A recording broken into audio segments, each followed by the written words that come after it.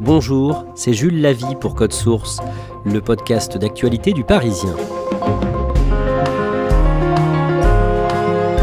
Un président qui dénonce une chasse à l'homme et redit son admiration pour l'artiste, une tribune de soutien, puis 2 contre-tribunes. L'affaire Gérard Depardieu a alimenté la chronique pendant les fêtes. L'acteur est mis en examen depuis 2020 pour viol et agression sexuelle. Il fait l'objet aujourd'hui, à la date du 9 janvier, de 3 plaintes pour les mêmes motifs. Gérard Depardieu clame son innocence et jure n'avoir jamais commis le moindre comportement délictueux. Après un premier épisode consacré en grande partie à la plainte de l'actrice Charlotte Arnoult, Code Source revient aujourd'hui sur les suites médiatiques de cette affaire avec 2 journalistes du Parisien, Catherine Ball, spécialiste cinéma au sein du service culture, et Valérie Acco, chef adjointe du service politique.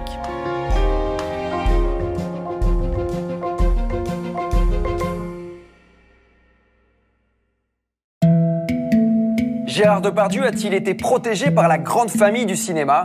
Aujourd'hui, de rares langues commencent à se délier. Catherine Ball, le jeudi 7 décembre, le magazine de France 2 Complément d'enquête diffuse un numéro consacré à Gérard Depardieu. On y voit des images de l'acteur prises en Corée du Nord en 2018 pendant le tournage d'un documentaire du réalisateur et écrivain Yann Moix.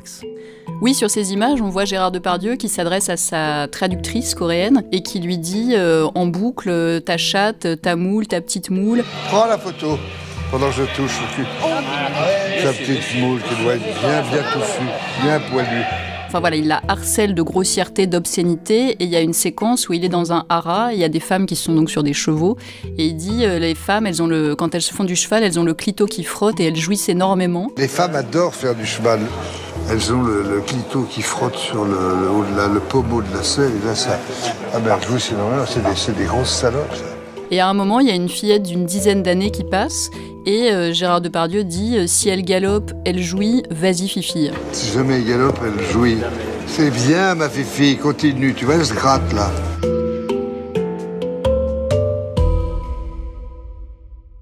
Ce numéro de complément d'enquête révèle qu'une seconde plainte pour agression sexuelle a été déposée contre l'acteur par une actrice.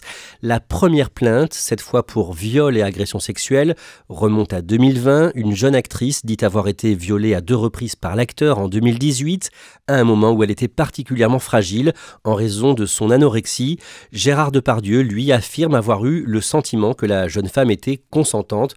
Nous avons parlé de ces faits et de leurs 2 versions plus longuement dans un précédent Code Source au mois de mai. Catherine Ball, à la fin de ce complément d'enquête, un ancien proche de Gérard Depardieu prend sa défense. Qu'est-ce qu'il dit ? Alors, il s'agit de Jean-Louis Livy, qui est un producteur de 74 ans et qui a été l'agent de Gérard Depardieu pendant longtemps et qui a produit de nombreux films avec Depardieu. Jean-Louis Livy et Depardieu sont fâchés depuis plusieurs années, mais Livy le défend en disant « Gérard Depardieu n'est pas un prédateur, ce n'est pas un violeur ». Il dit « C'est un monstre, oui, mais un monstre sacré. Il n'est pas que ce qu'on a vu dans ces images, il est aussi bien autre chose ». C'est aussi un monstre sacré, c'est un monument. Sacré donc au sens propre du terme, qui peut tout se permettre ? Pas du tout. Il y a la présomption d'innocence, n'est-ce pas ? Jusque-là, Gérard Depardieu n'a pas été condamné. Juste après la diffusion de l'émission de France 2, dans les jours qui suivent, est-ce qu'il y a des réactions dans le monde du cinéma ? C'est une émission qui fait beaucoup parler, mais il n'y a pas de prise de parole publique de personnalités du monde du cinéma. Lui, Gérard Depardieu, on sait comment il vit ça et ce qu'il fait ? À ce moment-là, non, la rumeur dit qu'il est cloîtré dans une de ses maisons en Belgique. Et quelques jours plus tard, un journal dira qu'il est plutôt dans son château de Tigny en Anjou, où il avait passé le confinement.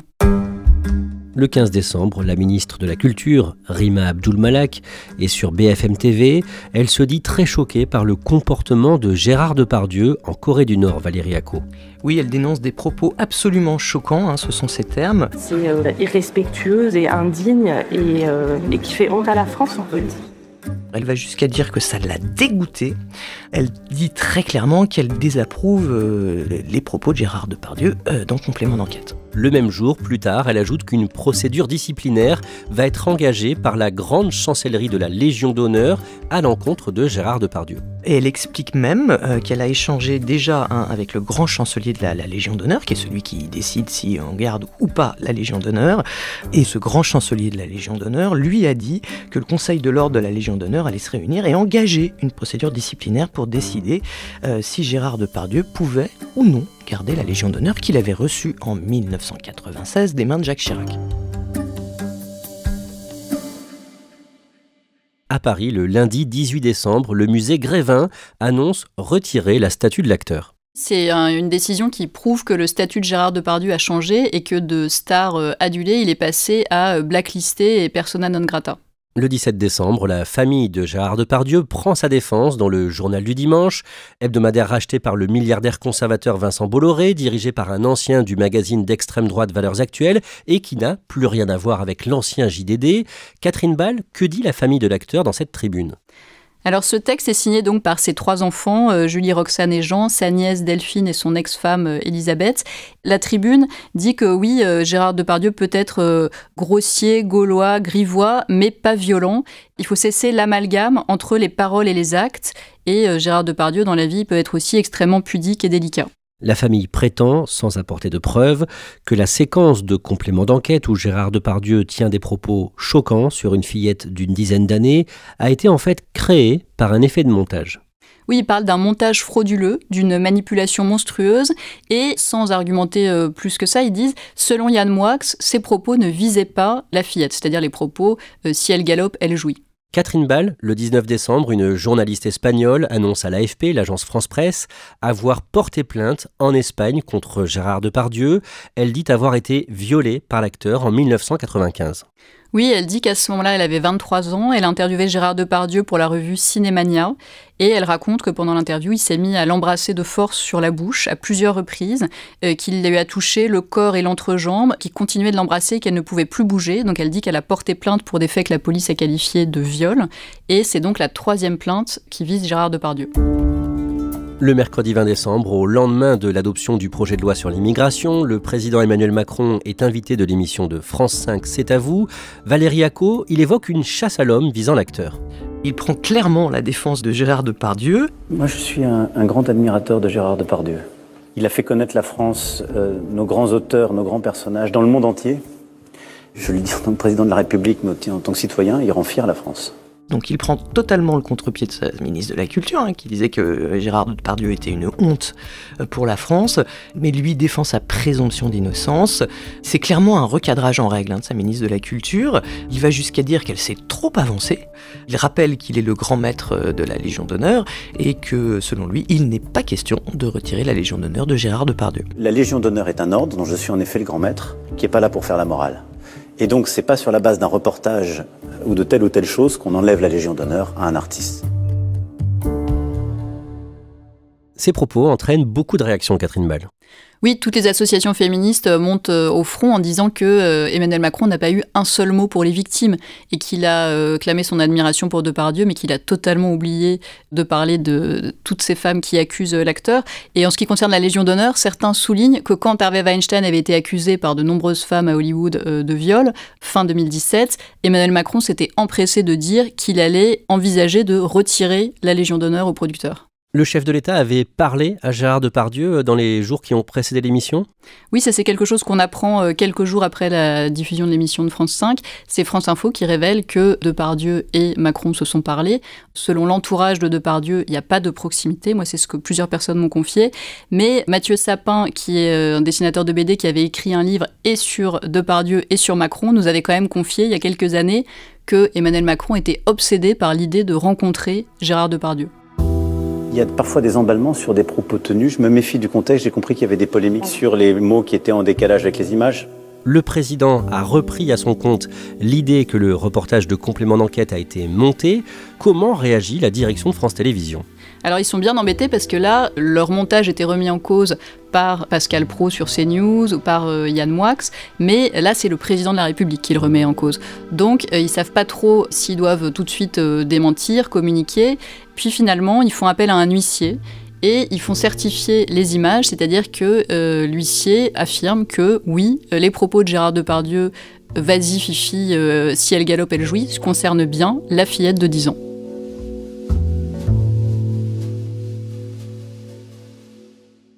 Le soir de Noël, le lundi 25 décembre, vers 22h, le site du Figaro publie une tribune de soutien à Gérard Depardieu, signée par une soixantaine d'acteurs ou de réalisateurs. D'abord, que dit cette tribune ? La tribune dénonce un lynchage, dénonce le mépris de la présomption d'innocence et dit qu'en attaquant Gérard Depardieu, c'est l'art qu'on attaque. C'est vraiment un texte qui met en avant l'artiste et le talent de Depardieu. Qui sont les signataires de cette tribune ?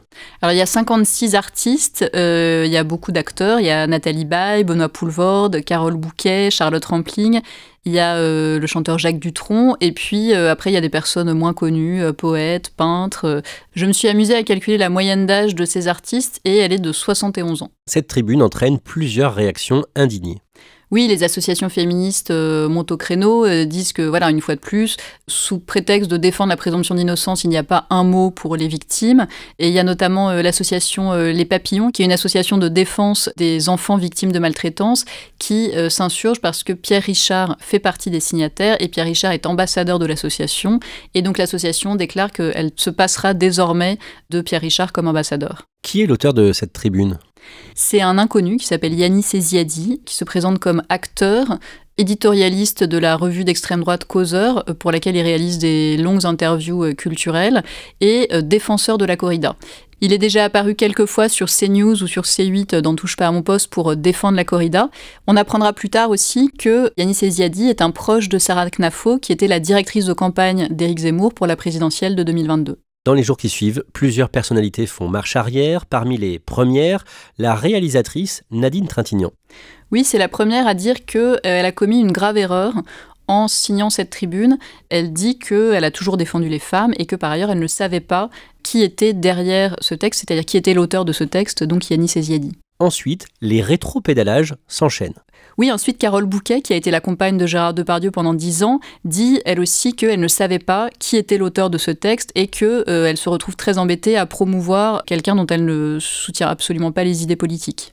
Il y a Pierre Richard, Charles Berling, Yvan Attal, Jacques Weber. Alors avec des arguments assez différents, certains disent que ce texte ne reflète pas le fait qu'il défende les victimes. Et voilà, il s'excuse. Jacques Weber, c'est celui qui va le plus loin. Il dit « Je n'avais pas réalisé que ma signature était un autre viol ».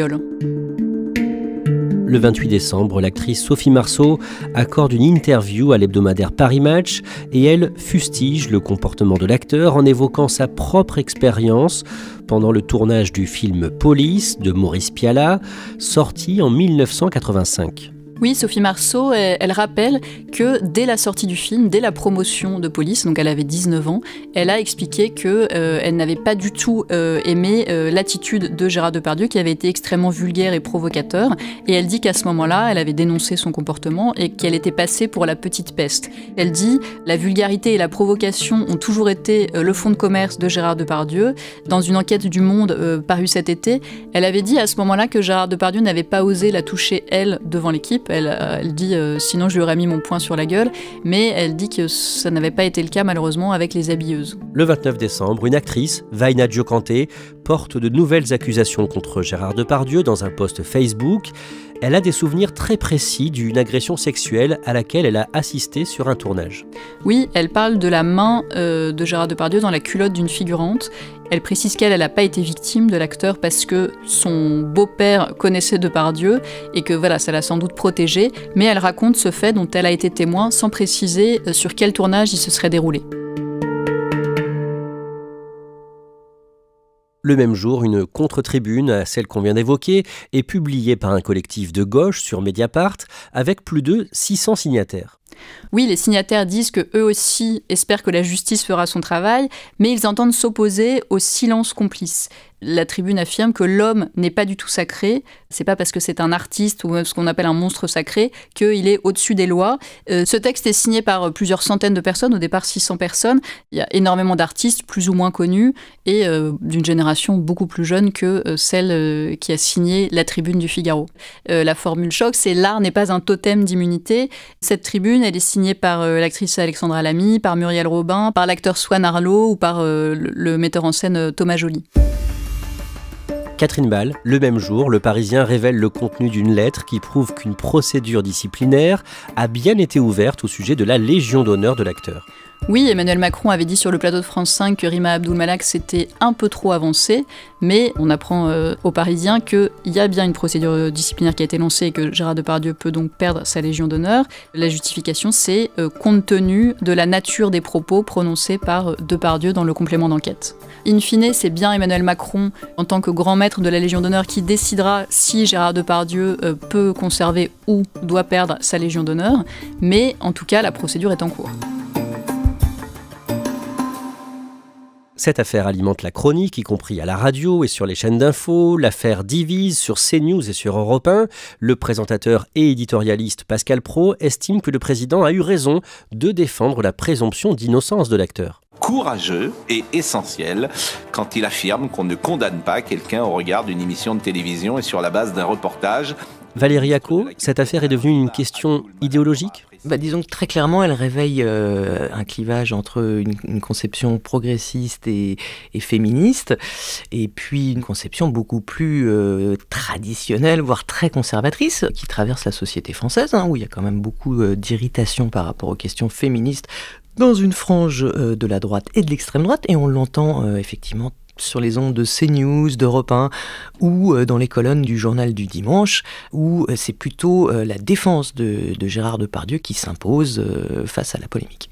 Le jeudi 4 janvier, sur RMC, le porte-parole du gouvernement Olivier Véran s'exprime à son tour sur le sujet et il n'est pas du tout sur la même ligne que le président de la République. Olivier Véran, qui est le porte-parole du gouvernement, prend carrément le contre-pied du président de la République et il se déclare choqué par les propos de Gérard Depardieu. Lorsque la justice est saisie, c'est à elle de trancher, pas à vous et pas à moi. Nous ne sommes pas un tribunal populaire. C'est vrai que je suis choqué par les propos que j'ai vus, que je trouve nuls. Et il a une pensée pour toutes les personnes qui se sentent offensées. Donc Olivier Véran a conscience que les propos d'Emmanuel Macron ont choqué une partie des Français, parce qu'il y a eu des sondages qui ont été réalisés après l'émission sur France 5, et la majorité des Français, dont les plus de 65 ans d'ailleurs, trouvent qu'il est allé beaucoup trop loin, le président, dans son soutien à Gérard Depardieu. Donc est-ce que c'est pour ça qu'il essaye de rectifier le tir, ou aussi tout bêtement, parce qu'il faut quand même garder en tête que l'égalité femmes-hommes, c'est depuis 2017 à chaque fois les grandes causes du quinquennat d'Emmanuel Macron. Donc avec ses prises de position sur Gérard Depardieu, on est quand même assez loin de cette préoccupation et de cette priorité affichée. Catherine Ball, que révèle l'ampleur prise par cette affaire dans les médias ? Ce que prouve le débat autour de Gérard Depardieu, c'est que la société reste très clivée sur les questions des violences faites aux femmes et que 6 ans après le scandale Weinstein et l'explosion du mouvement MeToo, les conservateurs pensent que le mouvement MeToo est allé trop loin et défendent la présomption d'innocence et disent qu'il y a des lynchages. Et à l'inverse, les progressistes pensent qu'il y a encore beaucoup de chemin à faire et qu'on n'écoute pas encore assez la parole des femmes et que les violences sexistes et sexuelles ne sont pas suffisamment punies. Alors c'est un clivage qu'on pourrait penser être entre des jeunes générations et des anciennes générations. C'est pas si clair que ça, évidemment, il ne faut pas généraliser, mais en tout cas, la société reste très fracturée sur ces questions.